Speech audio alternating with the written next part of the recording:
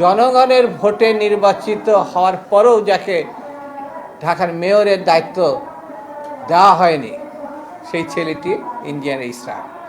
Court এখন তার পক্ষে রায় দিয়েছে। এখন সম্পূর্ণ প্রতিহিংসাবশত, দেখবেন এর ব্যাকগ্রাউন্ড বোধহয়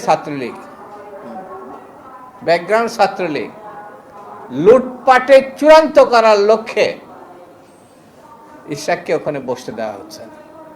কোর্টের আইন যদি না মানা হয় তাহলে তাকে বন্য এবং ফ্যাসিস্ট বলা হয়। সরকার কি সেই লাইনে যাচ্ছে কিনা এখন চিন্তার বিষয়।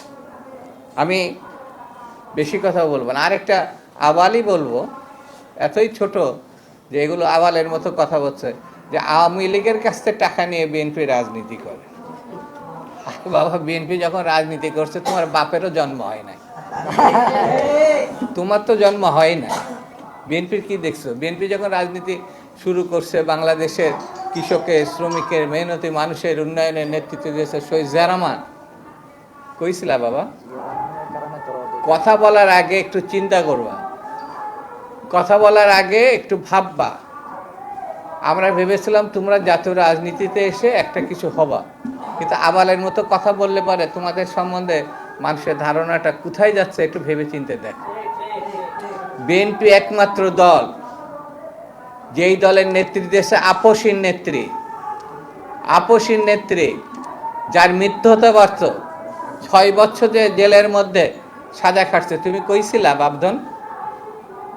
বিএনপির বলো যে আওয়ামী লীগের টাকা দিয়ে রাজনীতি করছে।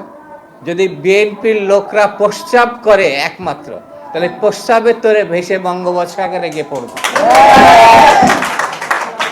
সব কিছুর একটা সীমা থাকতে হবে। এমন কোনো কথা বলবা না যে কথার দায়িত্ব নিতে পারবা না। বিএনপি সম্বন্ধে যে অভিযোগ করছো, সেই অভিযোগের জবাব যদি বিএনপি শুধু থুতু ফেলে, সেই থুতুর মধ্যে তোমার খুঁজে পাওয়া যাবে না। সেই জন্য আমি বলবো, হিসাব করে কথা বলা, হিসাব করে চলা, আর গণতান্ত্রিক রীতিনীতি মানা।